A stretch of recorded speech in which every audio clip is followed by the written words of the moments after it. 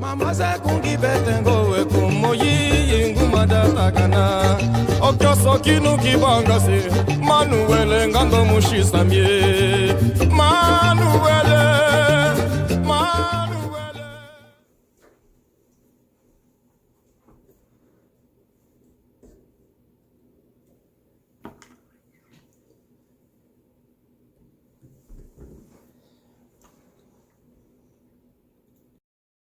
Hey everyone, and welcome to the episode of the Two Left Feet podcast. Today we had the wonderful DILE QUE NOLA on the show. Some of the board members, as well as members. This episode was so cool because I did not realize how involved in the community DILE QUE NOLA is, man. So DILE QUE NOLA is a group dedicated to spreading awareness of the Cuban culture, and there's a lot more. I don't want to diminish or minimize what they stand for, but they are amazing because there's so much they do, man. In this episode, we talk about what it's like for one of the members, Miss Nicole, to grow up in Peru, what it was like for her. The other member, Miss Rachel, what it's like having her mother's from Cuba, so what it was like growing up in that household. We talk obviously about rueda, casino, salsa. We dance a little bit at the end, which is, rueda is so fun. It's such an amazing dance. And when you see it out on the dance floor, it's awe-inspiring because it's just all these moving parts, but still somehow, moving as one, moving syncopated, moving elegantly. It's I equate it to the syncopated swimming, what they do in the water. It's such a fun dance, man. So this episode was so amazing because we get to learn about Cocina, rueda. Yeah, I love it. I love what DILE QUE NOLA is doing. I love it. I cannot speak highly enough of what they're doing and the work they're putting in. So if you find value in this, I want to urge that you please, leave a like and a subscribe, and please comment down below to let me know where I can improve upon, what I'm doing wrong as well as what I'm doing right, because that feedback, it helps me improve. And that feedback, that interaction with you all, it means the most to me because my overall goal is to give value. If I'm not giving value, then this is very pointless. So please, comment. That means a lot. I'm not gonna take up any more time. Episode the Two Left Feet podcast. Please enjoy. Hello, and welcome to the 29th episode of the Two Left Feet podcast. We are joined I'm your host, Terrence Greer, joined by my co-host, Ms. Francesca Pena. Hey, y'all. And we are joined today by the wonderful Ms. Rachel Carlino and Nicole Goldin. My fault. My last. You both are members of DILE QUE NOLA, which is a nonprofit organization dedicated to the Cuban culture in New Orleans. Your mission is to offer free and low-cost dance performance and educational opportunities to members of the New Orleans community in order to increase awareness and appreciation of the Cuban culture influences within our city. Yeah. So Ms. Nicole Goldin is the executive director, and Ms. Rachel is the president? Yes. That is awesome. How are y'all doing today? Wonderful. Great. Thanks for having us. Of course. So I'm curious, how did DILE QUE NOLA start? I want to start off with that. Can I? Yes. Of course. Why don't you do that one, Rachel? So the organization started in May of 2015, so we're coming up on 4 years. Pretty exciting for us. We started as an all-female group, and we were like that for almost a year, maybe a little less than a year. We just felt that we had some Cuban dance in the community already, but we kind of felt like we didn't have enough leads, and so we kind of took it upon ourselves to, have the girls learn the lead part so that we could all dance together in big ruedas, and we wouldn't have to worry about, having missing people in the circle and things like that. So we kind of just created our own group. And DILE Que NOLA is actually a play on words. Okay. And so DILE Que No is actually one of the moves. It is. Rather than casino, it's one of the calls, and it's a universal call. And so we just added la, so NOLA, okay. Since that is where we are based. So I believe, Ms. Nicole, you're from, Rachel, you're from Peru, is that correct? Yes. What do they dance in Peru? Ooh, they dance all sorts of stuff. So in Peru, yes, we have our native folks who dance Andean music. There's huaynos and huaylas. There's all sorts of different Andean music. We also have Afro-Peruvian music. But believe it or not, Peru is known as the Latin American center of Cuban music and Cuban dance. There was a lot of migration of Cubans to Peru, and big bands like Charanga Banera, Mayimbe, which is one of the poppin' timba bands right now. They're based in Peru, so it's like a little, satellite of Cuba. Yeah. So there's lots of dancing. Really, casino is not one of the traditional dances over there, but there's a growing casino dancing community because of the big influence of Cuba. I'm curious, what brought you and your family to New Orleans, of all places? So I actually came alone. Oh, okay. And when I was 19, I'm born and raised in Lima, and I moved here for school. Okay. Yeah, and then so I did my undergrad and my grad here, and then somewhere after I decided to make this hobby an extra committed hobby. Yeah. I definitely understand that. I know that you were also, Miss Rachel, I'm sorry. You were featured in the Baton Rouge, The Advocate, is that correct? Yes. Yeah. Tell me about that. Research. Yeah, I tried to. So, funny thing, I actually work at The Advocate. Oh, okay. All right, that's what it is then. So I'll tell you the whole story. Please. The way that started was that they have Dancing with the Stars. It's like a nonprofit event where they raise funds for different organizations. And they do it every year. It's a big event. And this year it was representing the ARC Foundation. And so they always ask someone from The Advocate to be in it. And, of course, this year they asked me because they know that I like to dance. And so naturally I said yes right off the bat.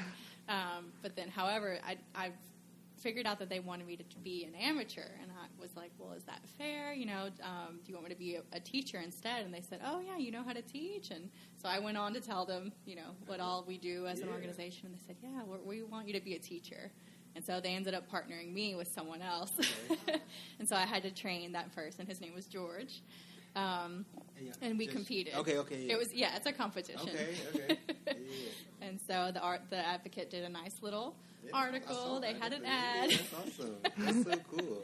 To promote me. So that was really nice. That's awesome.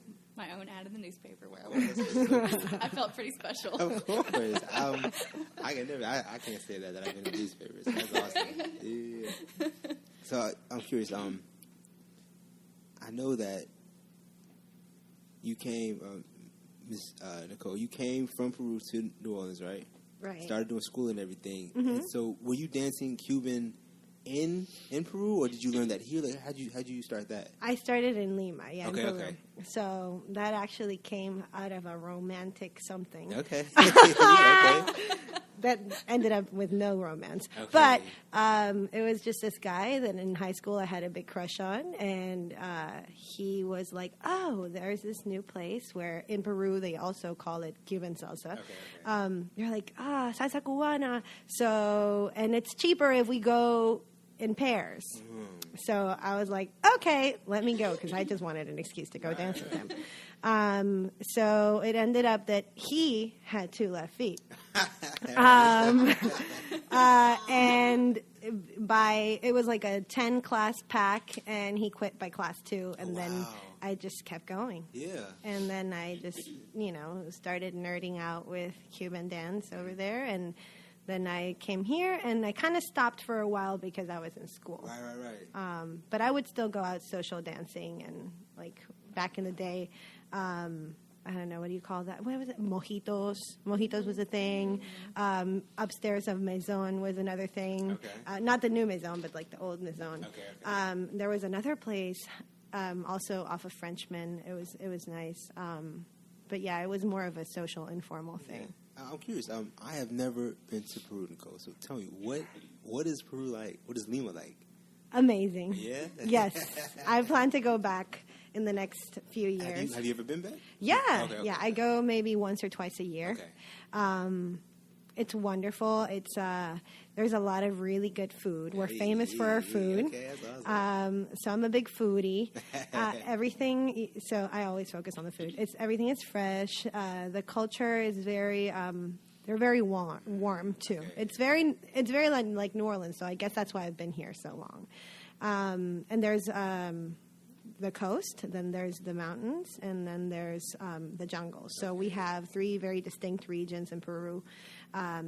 It's hot, but not too hot. Is it humid like here? It's humid. It's humid, but not like here. I don't think anything's like here. You're right about that. But it never gets too cold, never gets too hot. I don't know. Maybe I'm just biased. Probably 100%. I mean, that's your hometown. So, I mean, of course, you got to represent. Of course. Yeah, we're actually planning a trip to Peru maybe in 2020. Okay. To do a little tourism there, and also to do casino dancing. I want to, speaking of trips, I want to talk about your trip to Cuba, right? You're planning like a group trip? Yeah. Yes. Let's speak on that, please. So, right now, everything is kind of up in the air because we've been going to Cuba on a yearly basis. As a group? As an organization, Okay. but mainly the board members and some of our performers. That's awesome. But we've never, as an organization, the DILE QUE NOLA itself, organized an actual group trip open to other members of our community and of our, like, that take our classes and stuff like that. So, this year, November, we're aiming for November 15th to the 23rd so that we can take advantage of that Thanksgiving break. And we're planning to go to Havana. Okay, that's awesome. Yeah. Because we actually also travel to Santiago a lot because in Santiago there's a big rueda de casino and casino culture in Son. But we really want people to experience Havana because Havana, I think, is a little bit closer to a lot of the places that we like to go, like Varadero, and have a little beach. Yeah. There's Viñales, like for the vineyards. But I would say we chose Havana just for that aspect. And plus, who goes to Cuba and doesn't go to Havana? I would say, that's not one of those popular cities, right? Yeah. So, but this year we're actually in the works, and we're trying to get one of our favorite dance schools or instructors to travel from Santiago to Havana just to train us. So it's going to be like, say, I think we've maxed out our participants at 15. That's what I saw. Okay, Yeah, so that's because every single participant has an instructor. Wow. So for every non-Cuban, one Cuban. That's awesome. Yeah. That's so cool. So you have like personalized instruction the whole time. Yes, there is a main, like the director, Jorge Luna Roque, hopefully will be there if everything turns out. And he will be leading everything, but then you have your private instructor during the class. So awesome. So it's like you learn or you learn, Yeah. That sounds amazing. Yeah. I never heard of a class like that. Yes. It's pretty much a private, right?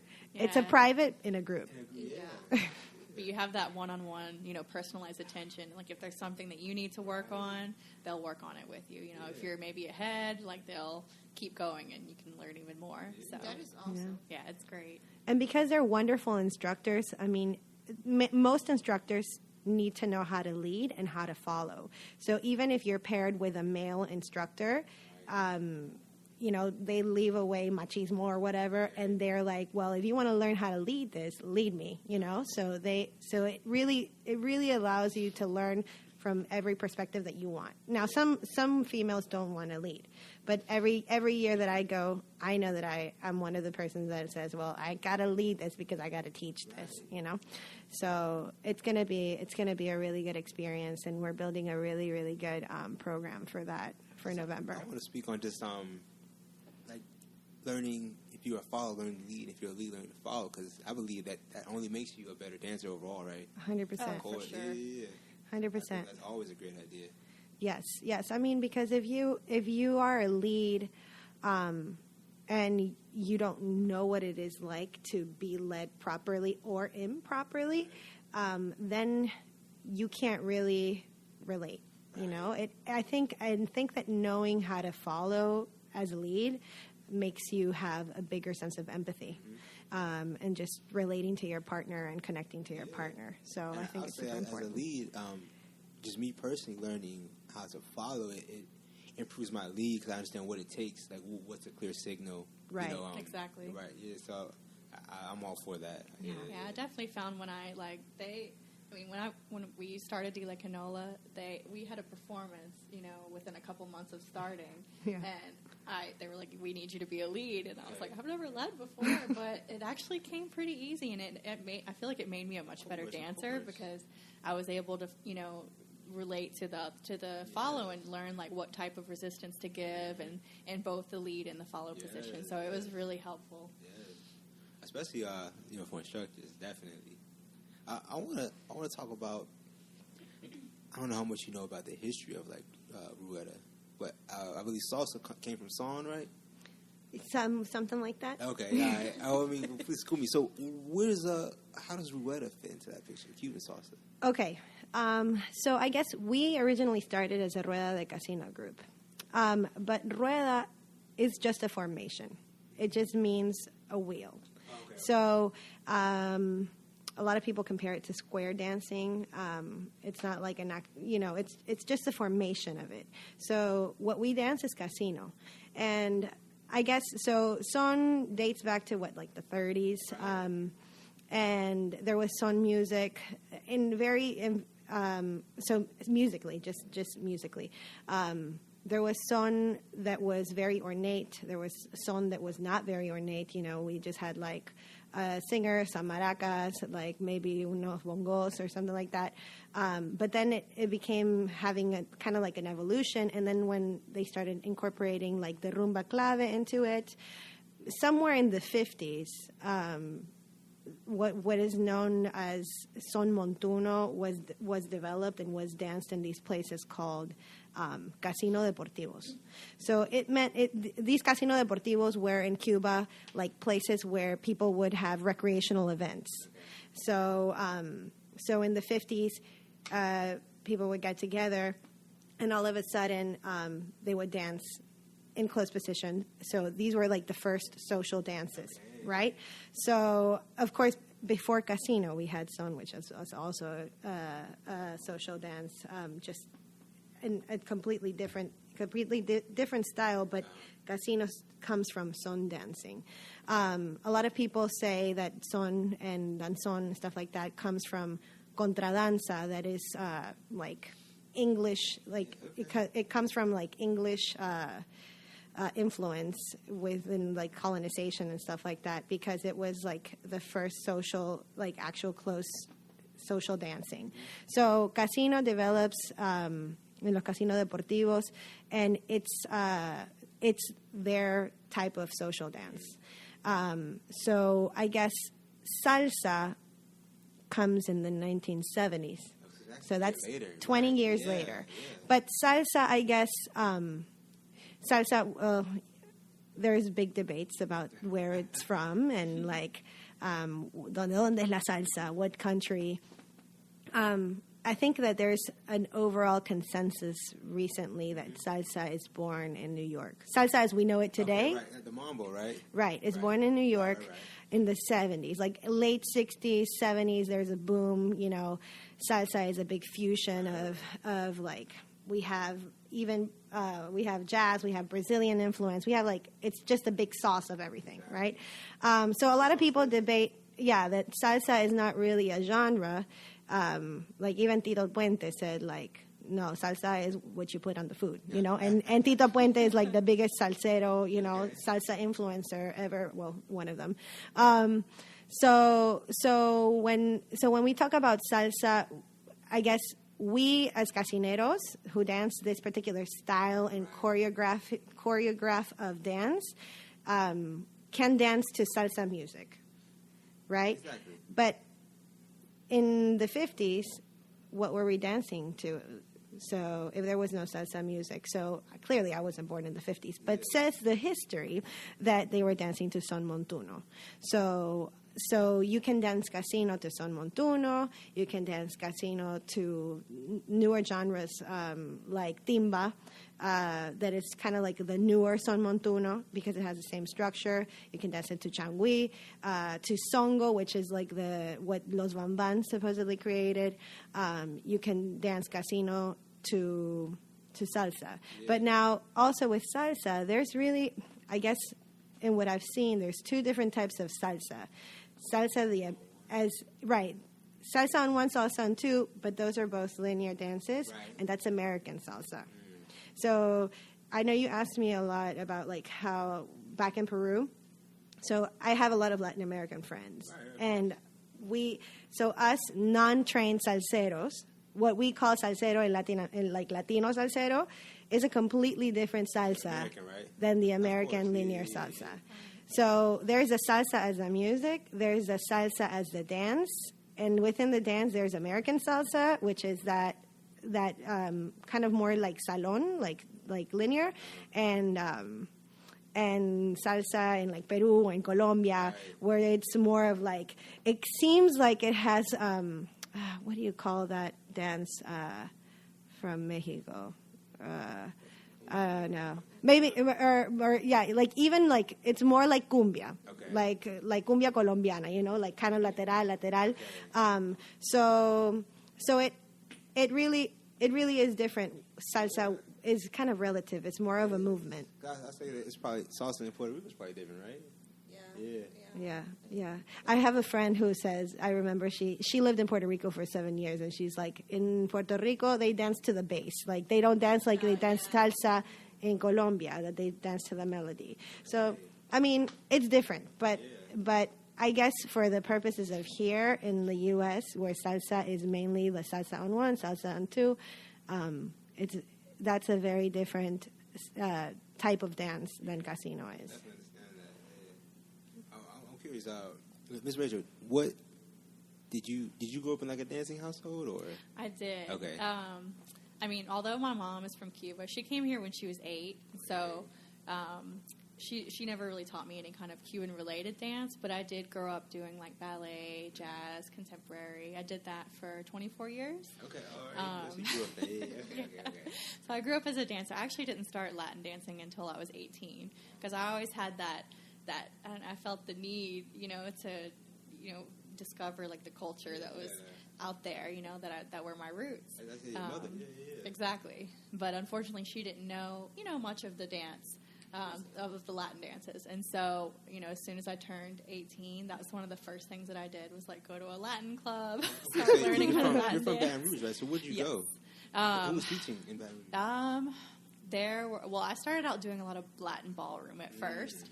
And then as far as just like regular Latin dancing, I just learned like going to Latin clubs. Okay.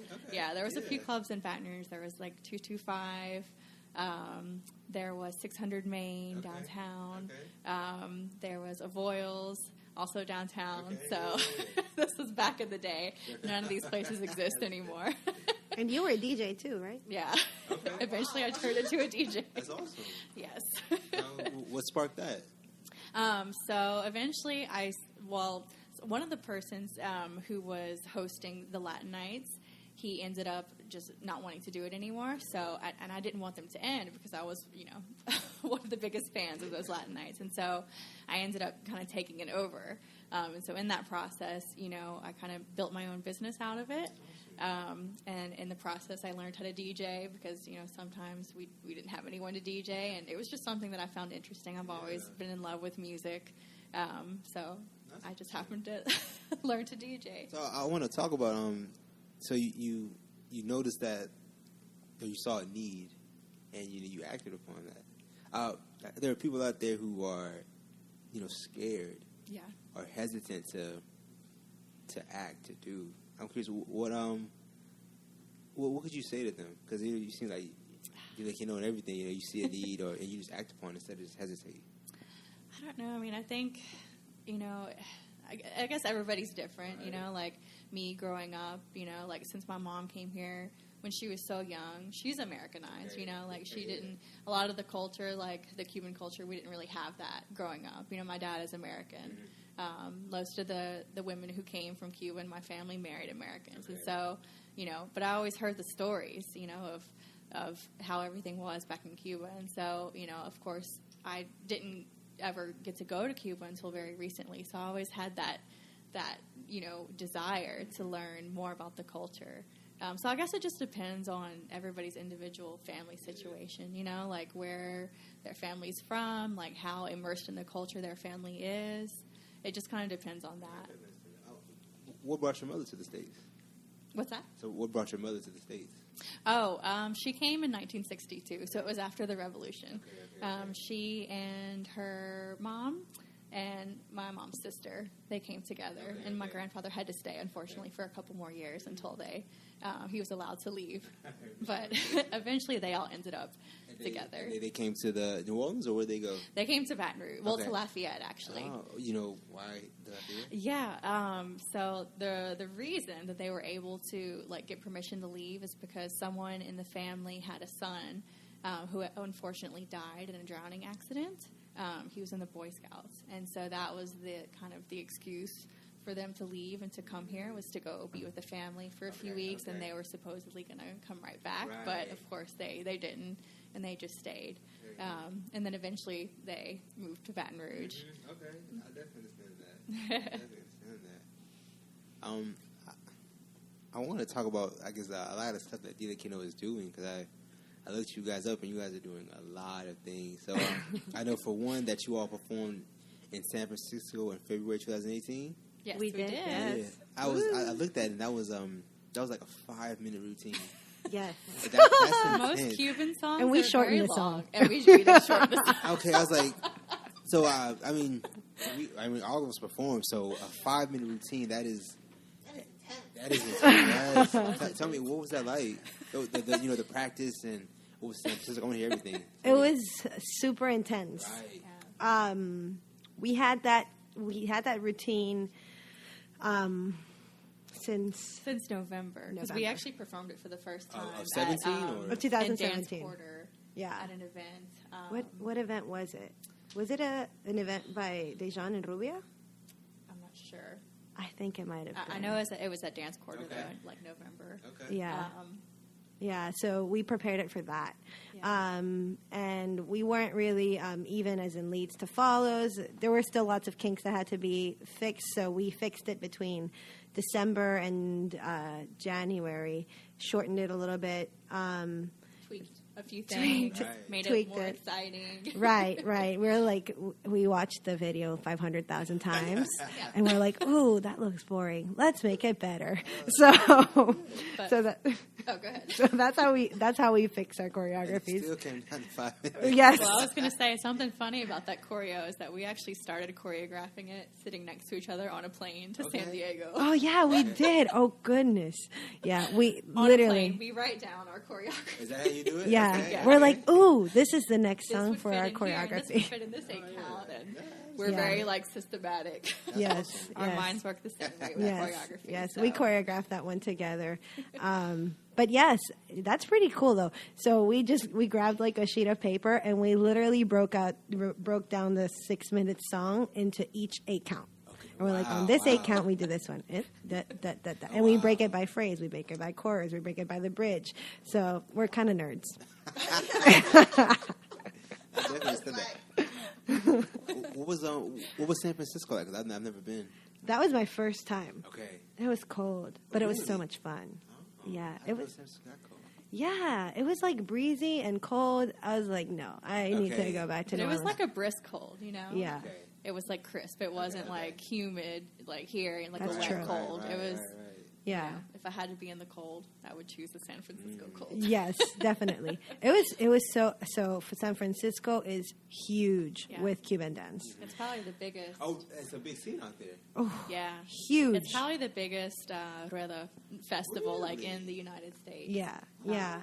And our really good friends Ryan and Sydney from San Francisco, they have a dance company called Rueda con Ritmo, and they have 1,500 students. Oh, wow. And they're just one Where's that at? of their organizations. That's where? In San Francisco. Okay. 1,500. That's crazy. Yeah. And that's just their school. So we're talking about like a lot of people. When we go to that hotel where the Congress is held, the room is packed with people dancing casino. And that's just like unseen in our side of the Is it just San country. Francisco has a big Cuban population, or just No, just popular? to be honest, most of them are gringos, you know. Okay. Yeah, and they are lit. They're good. Yeah, there's so much talent there. I mean, Yeah.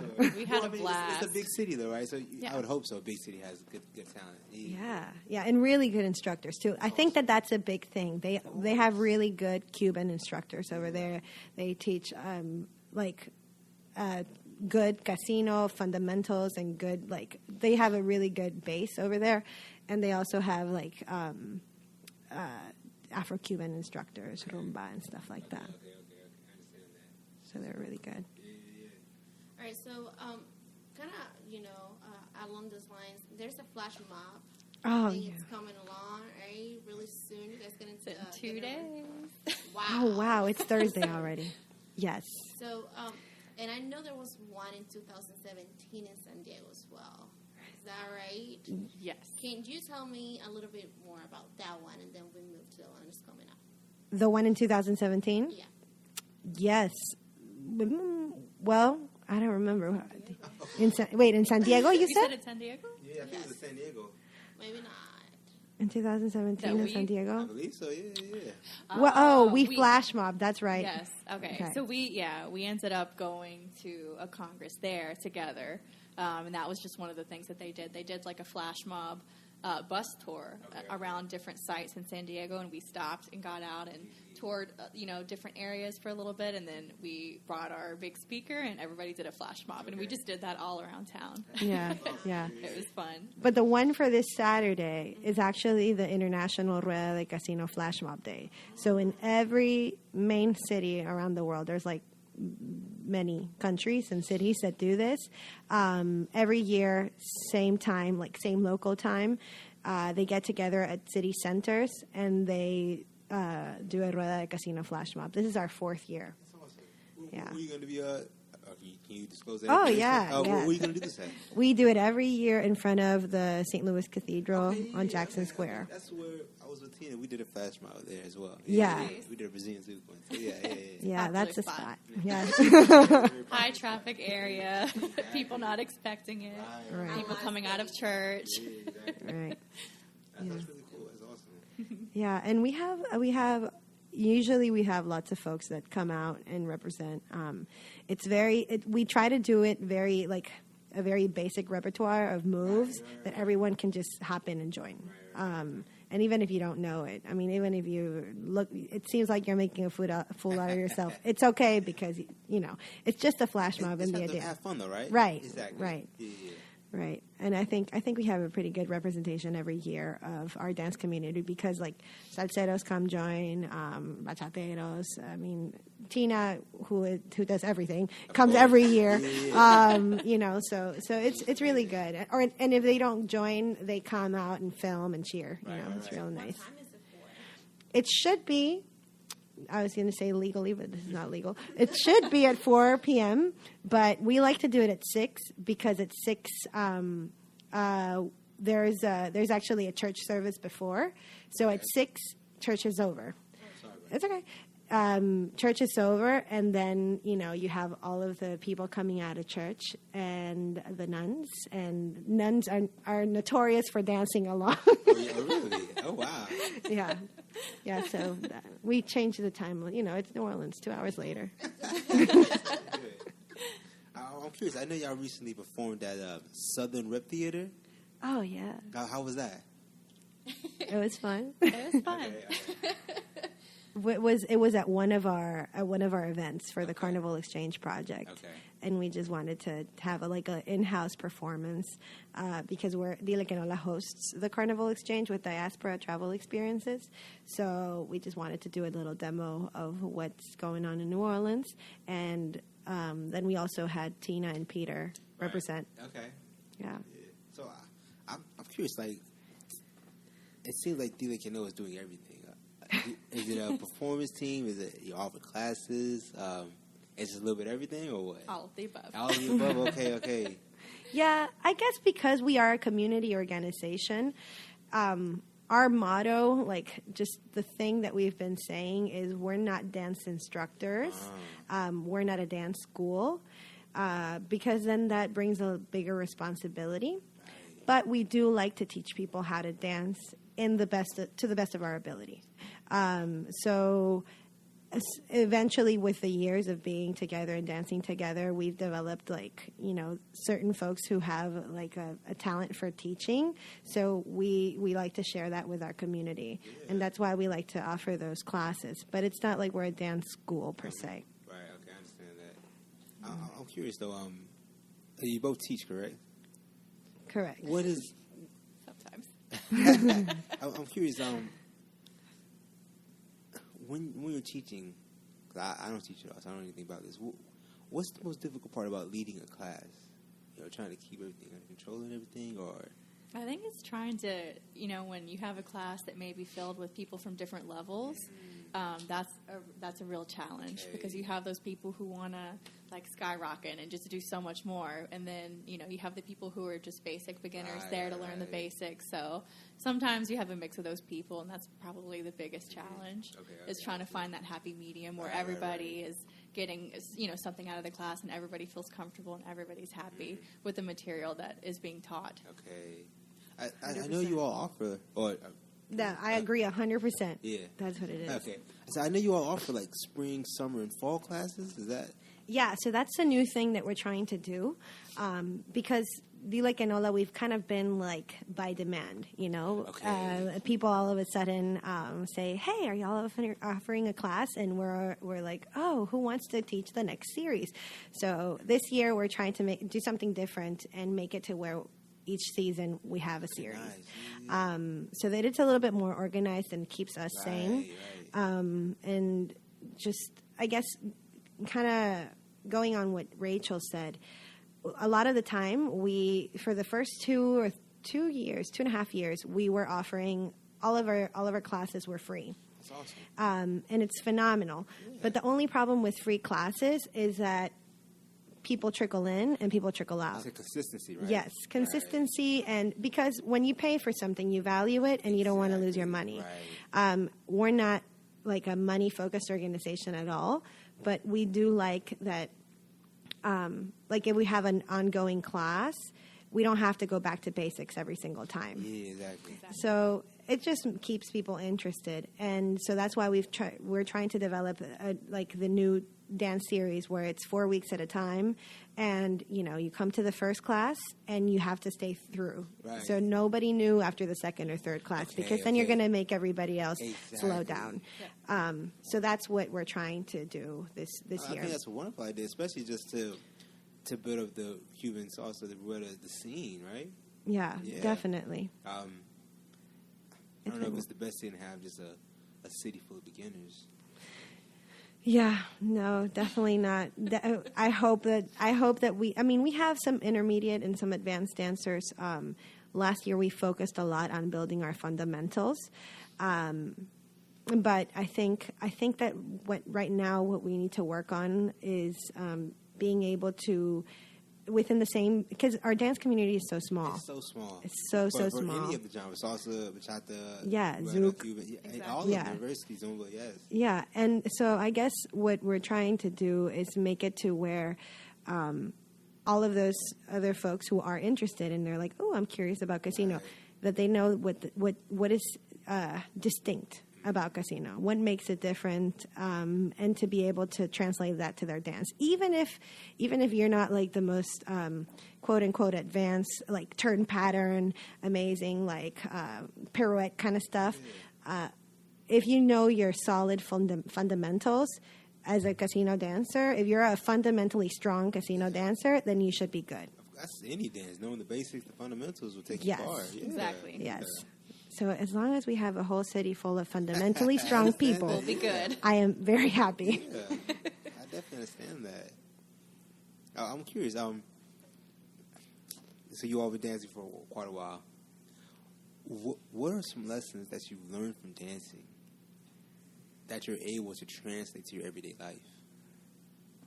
Patience. Okay. For sure. Persistence. Okay. Yeah. I guess that the energy that you give is the energy that you get. Oh, very true. Okay. Yeah. That's a great point. There's lots of things that you can. Yeah, there is actually lots of things. I feel like thought about it before. Although we social dance and although we teach and we perform, I feel like dance is literally in my head all the time. Okay. It's Same. a problem. It's a passion of yours, then, right? Yeah, I'm in the car dancing mentally. Yep. I called Rachel yesterday, and she's like, "Oh my God, I can't believe you called me right now," because I was literally dancing the was it Cancun or San Francisco Cancun choreography in my car. I'm like, "Oh my God." Yeah, okay. I want to talk about that. You guys are. Did you already go to Cancun, or you're going to Cancun? We did. We went That's back in what I thought. September. Okay, yeah. So they host the Cuban Dance Congress every year in September. Okay. So this past year was our second year performing. Okay. So I've never been to Cancun. Tell me, what was that like? It was beautiful. Amazing. Okay, yeah. Beautiful. Okay, that's awesome. And lots of really talented dancers. Okay. And they have so many casineros and casineras there. Okay, Yeah. okay. They That's have awesome. a great community of Cuban culture there. Yeah. And you know what? I guess something that's amazing about Cancun is that it's really close by Right. and cheap to fly to and to stay. I mean, an all-inclusive hotel was pretty reasonable for those who participated in the event. But I guess also that they don't have the restrictions that the U.S. has for what? Cubans. So there will be the the Cuban artists that I like obsess over YouTube. They're there because they can enter Mexico without a problem. So that's, I guess, one of the problems in the United States with the congresses and festivals, that a lot of the Cuban talent, they can't happen to get a visa, even an artist visa. It's just been a little bit rough lately for that. Hey, speaking of like festivals and congresses, I don't think I've ever heard of a Rubetta or a Cuban festival. Am I just out the loop, or is that a big thing? That's a big thing. Oh, I'm out the loop. Okay. Yeah, like the one in San Francisco that we Okay. performed at, that was specifically like Cuban Only dance. casino. Oh, wow. Okay, Yeah. okay. Yeah. Same All right. as the one in Cancun. We try Okay. to do one, like a big one every year. Yeah. Okay. So, I mean, they have, let's see, there's one. Atlanta? They have Atlanta. All right, We usually sure. do Sure that. enough. That's super close. Yeah. They have one in Seattle. They have San Diego. Baltimore now. Baltimore. It's growing. Okay, It all is. right. I'm just out the loop. Okay, Oh, yeah. all right. Definitely, I understand that. I'm curious. Strictly speaking on New Orleans, why do you think the dance scene here is so small? I was thinking, coming from Virginia, I was thinking that coming closer to Mexico, Southern, that it would be a bigger dance scene. But I might can argue that Richmond, Virginia, and here are very comparable. You know why? Why it's such a small scene? I, to be honest, have no idea. I don't know. Okay. You would think that since it's such a city, like rich in culture, party that, city. Yeah, party city, right? that that it would be a huge dance community. Yeah. But I guess it just, even though New Orleans, I guess, is a big city, it's not as big in comparison to like San Francisco or some of the other big cities where I guess there's more potential for, for Cuban style dance. Yeah. I'm not sure. I think also our trained dance scene is small. Okay.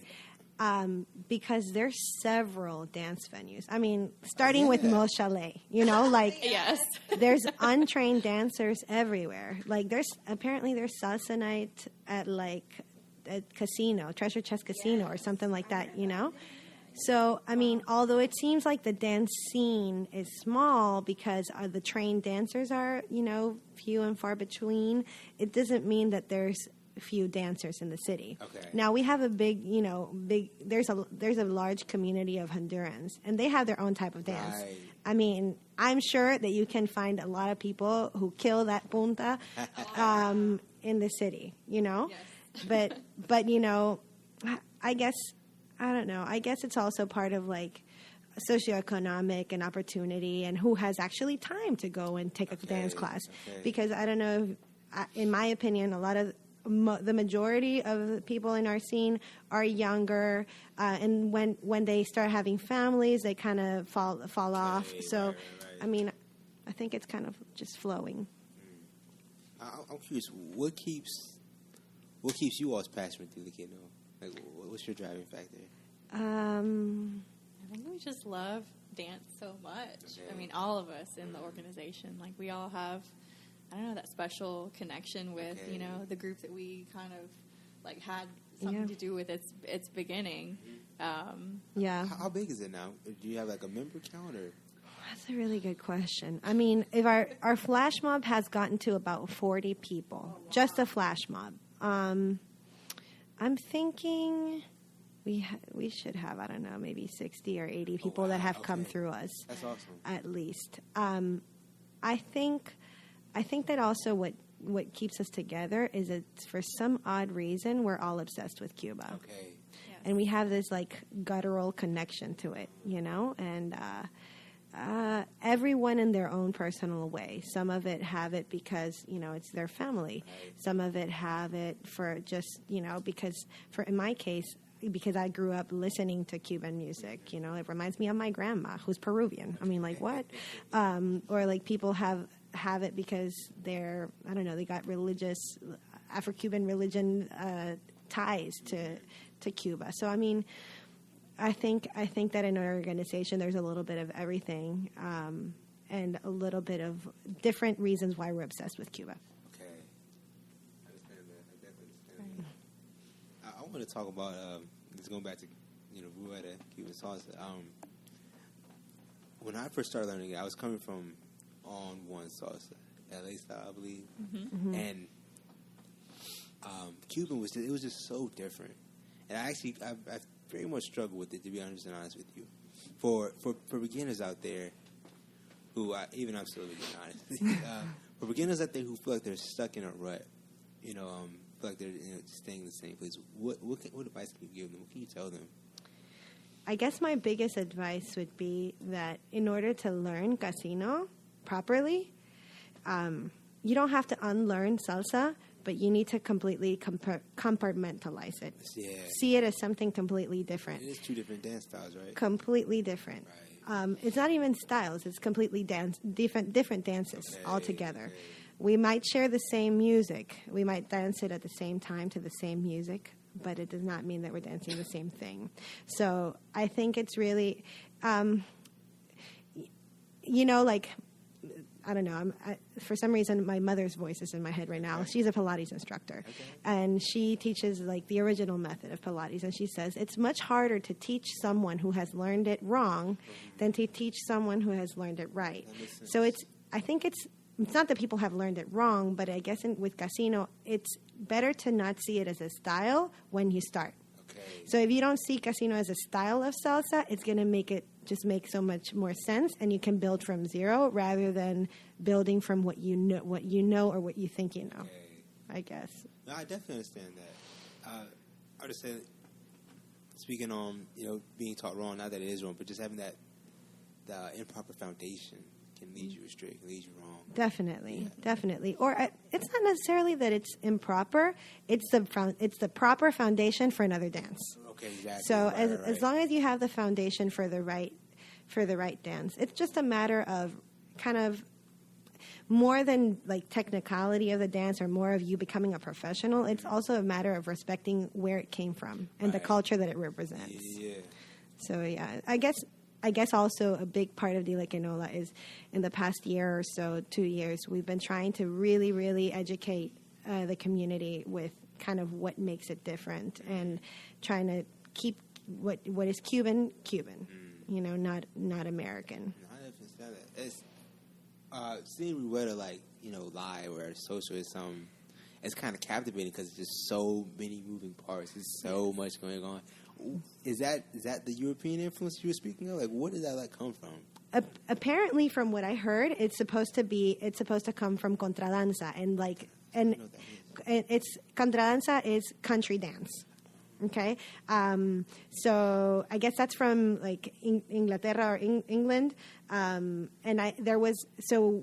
what kind of translated to Rueda de Casino, not that it really had any influence into developing the dance itself, but in terms of the formation of Rueda de Casino in contradanza, there is a collar. So in Rueda, there is a collar that says, like, give me one, yeah. And then you switch. Dame un, dame dos. Yeah, exactly. Yes, just like that. Yeah. You should be a collar for us.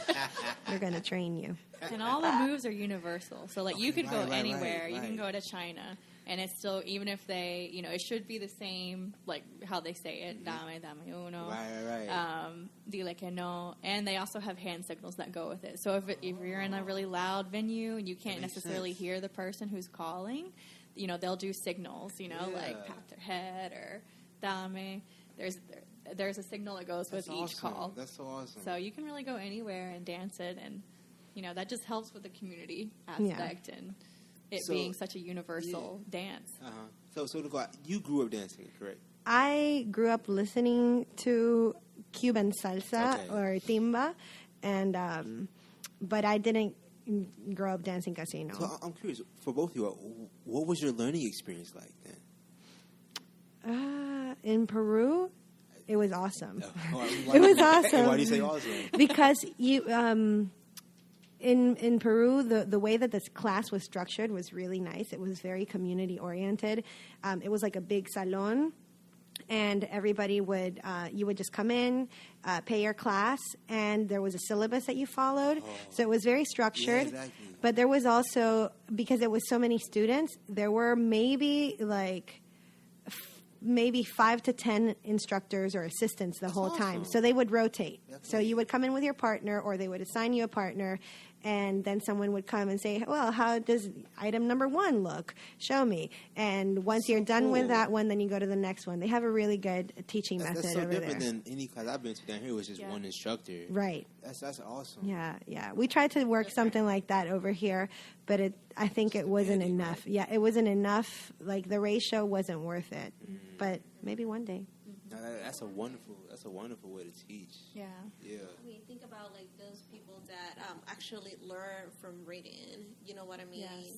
Yeah. That like I'm one of those. Like I like to read and then visualize it. Yeah. You know, like I think that will help so much. So many people, you know, being able to actually learn the move, what it's actually called, and then executing it. 100%. Yeah. Bring it back. Definitely. Yeah. And we've tried to incorporate is that syllabi? Is that the plural? Yeah. There you go. Syllabi into our classes, and it really helps because a lot of people, I mean, the moves are in Spanish. Yeah, and they're like, Vasila what? You know, like, so I think it really helps for people to read. Yeah, and not also like for them to read, not only that, but also like we learn so much stuff week after week, and you know you may forget it. So it's a good reminder, but also it's like at the very end, it's a conclusion of everything that they've learned. So it helps them feel very accomplished, you know, because we go over quite a bit of calls and different moves in our series, and so having that just provides everybody with an extra sense of accomplishment at the end. So I'm curious, what was your learning Cuban? What was that like for you? I mean, I loved it. It's awesome as well. I kind of took classes here and there, like just randomly, and I had friends who were Cuban that kind of taught me. And then, I mean, overall, it just came really easy to me. Okay. Because I already did other types of dancing, and so it was just another, you know, like style for me to learn. So it came very easy, but it's definitely become my favorite. Are y'all strictly Cuban? Do y'all dance anything else? I try my best to follow salsa. I need some more training. Okay. I like bachata. I like just traditional bachata. I can't do the sensual just because I guess I don't feel sensual enough yet. But maybe one day. It's a comfort level as well, though. Yeah. It's a big thing. Yeah. And yeah, I like all sorts of dancing. The only one that I still haven't taken a class for is Zouk, and I need to go to those Monday. Yeah, that's Segunda Feira. Yes.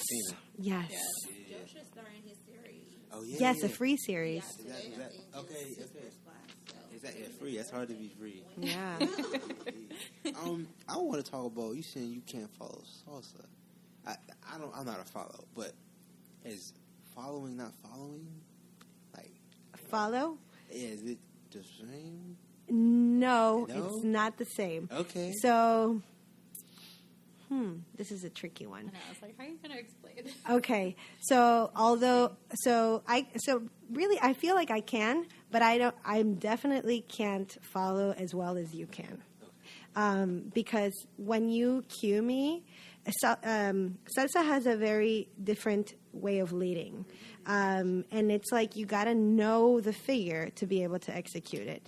For us, it's there's like kind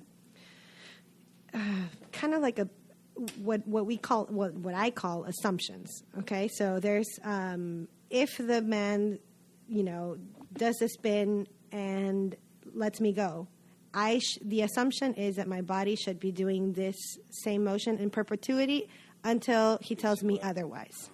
So, but like forever. With salsa, it's more of you got to learn it. Like I don't even know what it's called. Is that called copa, the one that you like do kata, boom, turn, and yes. Like that is not something that would come natural to a casinero ever. I remember that during our first carnival exchange, we had like professional casino dancers, the All-Stars, coming to New Orleans, and a lot of salseros tried to dance with them, and they tried to do that one with them, and they were like, what is going on? So the footwork is not that similar. Okay. I mean, yeah, I've taken classes, and I know you break back in Cuban, correct? That's like the first step? You can break back for one of the, for like Paso de Son, you can break back. We used to teach, like, the basic step in open position is guapea. The beginner version, like the very beginner, which we try to stay away from, breaks back. But now we're trying to teach it right with our whole idea of teaching it the fundamentals correctly, even if the fundamentals are a little bit challenging, but breaking forward on both, on the 1 and the 5. Okay. I learned a little different, but I definitely understand that. Yeah. I'm curious, how important is the caller? Like, can you still dance it without a caller? The rueda de casino? Yeah. Is everyone at that point doing their own independent thing, or? No, I mean, the rueda, like, everybody has to do the same thing at once, right. or else, because you're switching partners and everything. So, Yeah. so the So you caller have is to very important? Yeah. Mhm. Is that I would specific say so. training to be a caller? Like, well, how does that work? No, you just need to know where the 1 is. Yeah. Oh, Yeah, you have to call on the 1. Like, Okay. yeah. Yeah. Or even then- if you call on the 5, you just have to speak really fast. Okay, Yeah. So, are y'all certified callers? Like, I would say we're certified. We both call. okay, that's awesome. I think it's quite the skill to be dancing and then It takes practice. Right, yeah. And especially, like, when I haven't called in a while, the last time I called, I was really rusty. I understand that. And it's hard for the caller because they have to remember what, like, think of something to come next, and be creative. So I say a caller is essentially leading, right? Yeah. Yeah. Right, yeah. Yeah. But leading a whole Leader group of the people. lead. Right, yes. Yes. So I guess also with the caller, aside from remembering what call to call next, like just like having your little bag of moves, bag of tricks, you also need to know who's dancing in the rueda. And you need to analyze, okay, does this person know 70? Does this person know enchufla? Like what their level is. And then also if you have to really look at literally the whole rueda to know if someone has messed up, because you can't call until it's fixed. Exactly. So it takes a lot of focusing, I guess, and a lot of trial and error, a lot of crashes, potential accidents, but it's fun. Yeah, that rueda is amazing to watch. It's absolutely amazing to watch. It's incredible. Because It's so much fun to dance. Oh, yeah. Social. It's just like the synchronization. It's like, what is that thing that they do in the swimming pool? Synchronized swimming. Yeah. Something like that. Swimming, yeah. It's incredible. So, yeah, that's awesome. Yeah, it's lots of fun. Yeah, definitely. I love it. It's cool. I need to take more classes. It's basically like doing a choreography without Right. practicing before what On you're the going to do. spot. And, on the spot choreo. Yeah. People who've never seen Rueda de Casino sometimes ask us. Yeah, they're like, oh, how long did y'all plan this? I don't know. We made it up just now. They're amazed. It's very cool. I want to ask you, what are some of your upcoming events? Do you have a flash mob this Saturday and some classes? Anything else going on? Well, we were having monthly and twice a month socials last year, and we're supposed to be having a board meeting next week to be able to decide like the dates for all of our socials this year. Yes, totes. We're planning on having maybe just because of when you have a social that's just too often. Attendance is low, so we're aiming for one social a month, and most likely at the Well because that's our favorite spot on Basin Street. That's like home base for us. One month there, and then 1 month we would like to take advantage of the wonderful weather that's coming at City Park. Just put a PA system and just have a free social. Yeah. So hopefully maybe during the day, either on a Saturday or a Sunday, it would be nice to have like a hangout. Let's dance casino. Yeah. And I think that's awesome. Like, even though, in my personal opinion, even though we all agree that the dance scene in Cincinnati is really small, we need other socials to go to. Like, exactly. I feel like we're running out of options. Don't get me wrong, the socials that we have, they're great, they're amazing. But when you do the same thing over and over, right, you need something, something to keep fresh. you motivated, Yeah. right? And we need that, I think. So please. Even once a month. Exactly. I'll take it once every other month. Okay, but we really need that, right? I think one is going to help those that are actually taking classes. They're going to have they get to practice their skills. Yes, and it's what a whole they learn. different dance. Yeah. So that you can add, and definitely going to help with whichever dance. Yeah. And one of the reasons you asked about the events, our class for April 20, it's starting April 25th, and we have scheduled. This is the first time we've tried this. A lot of I guess one of our challenges has been getting the folks that we have in our class going to social dance. So we are figuring out a way to trick people into social dancing. So that's why we've scheduled it for Thursdays before Sergio's social at Dance Quarter. So you have no excuse. Right. So you finish class and you go dance. Yeah, I can understand that social dance can seem intimidating at times. Yeah. But I feel like when I first started going to Sergio's social, a lot of people would come up to me and dance with me, and it was pretty good. So it has this like whole loungy studio feel. Oh, the dance one is amazing. Yeah. So I think it would be good for people to go practice casino. And Sergio is really kind, and he puts timba. Awesome. I've had people say that social dancing is essentially it's essentially a class, right? Really? You're learning out there as well. Yes. So, Definitely. It's just as important as taking classes. Yes. Mm-hmm. Yes. I would be terrible if I didn't bring up the Mardi Gras a la Cubano.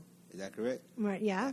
Y'all did this year. Was it at I forgot the parade. Which one was Zulu. it? Zulu, exactly. Yeah. Yes. So you guys do so much. Yeah, so it's not just us performing in Zulu. It's actually like a whole weekend, more than a weekend worth of activities. Okay. So it's we 5 days. have parties, socials every single night. You DILE NOLA or? Yes. Oh, so wow. it's us And Diaspora. I don't know Diaspora. Who is that or what is that? Diaspora is a travel agency, or it's called Diaspora Travel Experiences. One of our DILE QUE NOLA founders, Abril Bologna, she's an attorney that has this like travel consulting company, and she focuses on bringing folks to Cuba. Okay. So right now she's actually, hello Abril, in Cuba with the mayor, Latoya Cantrell. So she brings she tries to bring awareness of like the connection between Cuba and New Orleans through travel, and we do the same but through dance and the arts. Yeah. So we partnered together, and we organized this. This has been our third year. Yeah, this is our third year. Yeah. Performing at the Mardi Gras? Yeah, the Mardi Gras. So our partnership is called the Carnival Exchange Project, and the event is called Mardi Gras Le Cubano. And it's 5 days, so Friday, Saturday, Sunday, Monday, Tuesday. And a lot of people think that it's like a dance congress, like a casino dance congress, but it is in some aspects, but the way that it differentiates is that we like to make it very community oriented, building community, because we have to practice as like every participant that is in Zulu and that goes to the parties. Like, it's not like people are like cliquey or like in their own, like, I'm staying with my friends from San Francisco or from Los Angeles or from here. Like, we got to see each other and we got to dance with each other and practice with each other. Yeah. So we have a lot of like team building opportunities during this weekend. And then we get to social dance. That's awesome. Yeah. So you have people coming from out of state and just doing the performing with you at the Mardi Gras? Yes. They attend the whole weekend. That's so awesome. We have workshops during the day, so the cool. parties at night. Yeah. We even do a community performance on Mardi Gras. Yeah. And that's the Monday performance. And so all the out-of-towners get to participate in that as well. That's so awesome. So, we had people from, all over. Canada. Canada, Boston, San Francisco, Los Angeles. Houston. Tampa. I'll be honest with you. DC. I don't know if I just don't stay in the loop, but you all do so much, and I just don't hear about this. I'm so sorry. It's all good. Yeah, you guys are amazing. You're doing so much. Well, it's just, I guess, a lot of our communication goes through the DILE QUE NOLA page and the Carnival Exchange page. I feel like we posted so much on those, like, Shall We Dance on the pages. New Orleans dance but events pages. I try not to bombard because I know that it's overwhelming. Put it out there. But it's really neat because people are learning these choreographies for months in advance. Okay. Yes. So we send out these video tutorials. I saw that. Yeah, I saw that. Yeah, you and I don't know if your friend, Who? a male friend of yours. A male friend of me. You were teaching like a choreography for something. I think it was a flash mob. The flash mob. Yeah. Oh, Daniel Wagner. Yeah, sure. Yeah, Yes. Yeah, okay, yeah. Yes. We were teaching the flash mob just moves. Exactly. But similar to that, we would come up with choreographies. So I choreographed one for DILE QUE NOLA. Then Ryan choreographed to represent San Francisco. DC Casineros choreographed one. So different like big schools that come or big artists that come, they choreograph. Tina was one of the choreographers for reggaeton. Awesome. So we like to represent like different styles but try to keep it as Cuban as possible. But it's something magical when you go to these practices and all of a sudden, like, I'm here, like, facing the back and doing my choreo, and then I turn around, there's, like, 80 people dancing the same choreography, and they all know it, and this is our first time practicing. That's awesome. It's really great. That is. Yeah. That's so cool. I want to just, I guess, really just thank you all for taking time out your day to come talk to us. Of course. Thank you for having us. Of course, We're honored to be here. Yeah. I can tell that you all are, just very passionate about Cuban salsa, Cuban roulette, and all that. I really want to thank you. I want to ask you, how can people get in contact with you? How can they reach you? Multiple ways. So we have our Facebook page, Facebook.com/DILE QUE NOLA. That's one way. You can always go on there, look at all the events that we have coming up. We post almost every day. And then you can also message the page itself.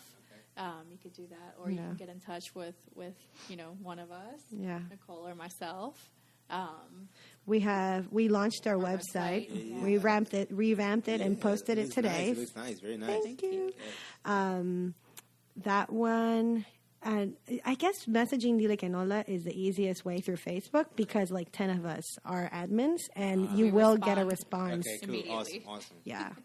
That's awesome. I don't know, you might not know this, but we're starting this tradition where at the end of the episode, we dance with the guests. Ooh. But my roulette is very rusty. How was yours, Donald? You're about to find out. So, if y'all don't mind, could we dance with you all? Oh, Okay, sure awesome, thing. Awesome. Any last words? No, just like Terrence said, thank you very much. And thank you for keeping it up. Right, it's been a few years. This is your fourth year. DILE QUE NOLA. So thank you very much. And keep it up, right? I think the community, like I said, it needs that, right? It's a different dance, and it's fun.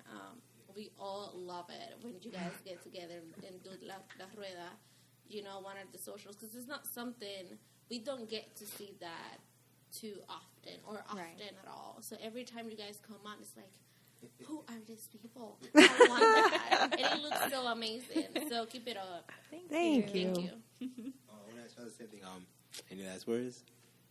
I guess thank you for having us. course, I think of this is great that y'all are doing this dance related podcast in New Orleans. I think we need something like this, just to kind of bring together the dance community even more, and so that we just need to spread the word about it, and And hopefully so you it'll can grow. keep interviewing all the different dance groups, and we can all try something different. And Yeah. Maybe one day we'll have like the catrachas represent, Yes. Maybe like a professional punta dancer that we don't know about.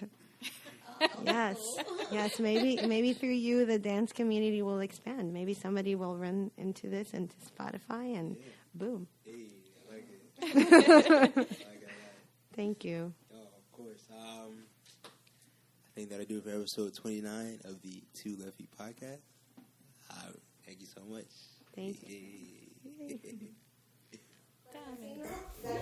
The wonderful thing about it is like you don't need to be trained in the steps. You're like, all I did is the syllabus. I know the steps. However, we're gonna give it to you. You're ready to go. Have we recorded? I think we recorded. Oh, okay, I'm back.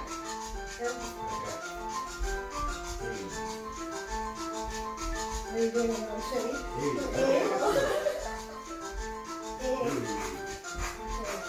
Dame. Enchufla. Let's go. Oh. 6, 7, 8. Yeah. Enchufla doble. Start her on the 5. Toast?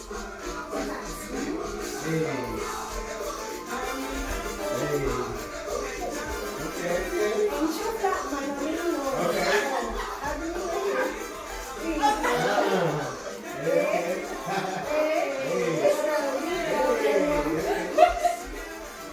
Enchufla confianza. Okay.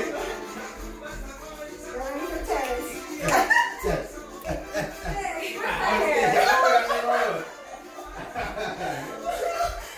Enchufla con mano. Okay. Formamos. 1, 2, 3, 4. Dale with a clap. Dale with a clap. So that one is dale con una. Let's see. Yes. Okay. Dale con dos. Dale con tres on the 7 times. So dale con una. 5, 6. Yes. Dale con dos. Dale con tres. Okay. Yeah. Enchufla con mambo.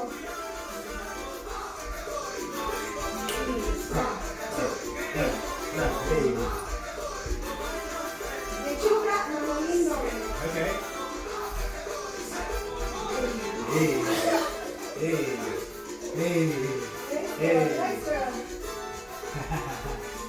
Dale con dos. Enchufla con Beyoncé. Okay.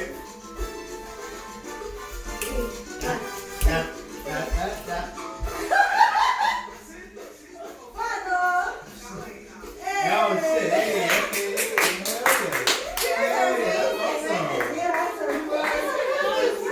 Yes.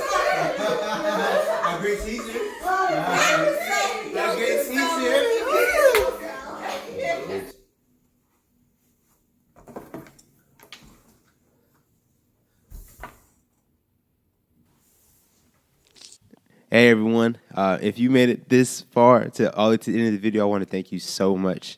My overall goal with making these interviews and these episodes is to give a voice to dancers, to give them a platform to speak their story. So if this is of value to anyone, then that means the world to me. My overall goal is to give value to the dance community. So if you find no value in this, then I urge you to please let me know where I can improve on. I truly want to, just give value and content to the dance community. So please let me know how I can improve, where I'm messing up, because to be 100% honest with you, I'm learning along the way as I do this. I truly am. So to be able to interact with the dance community, it means the world to me because it gives me feedback and it lets me know what I'm doing right, where I can improve upon, what I'm doing wrong, which I feel like might be more important. So please, if you all could comment and just let me know what you think, it means the world to me because that feedback just helps me improve. So please comment as well. Please like and subscribe. That means a lot as well. But I want to say thank you so much for just watching this because it means the world to me. I want to take you on this journey of the Two Left Feet podcast. I'm very excited for it. So once again, thank you so much.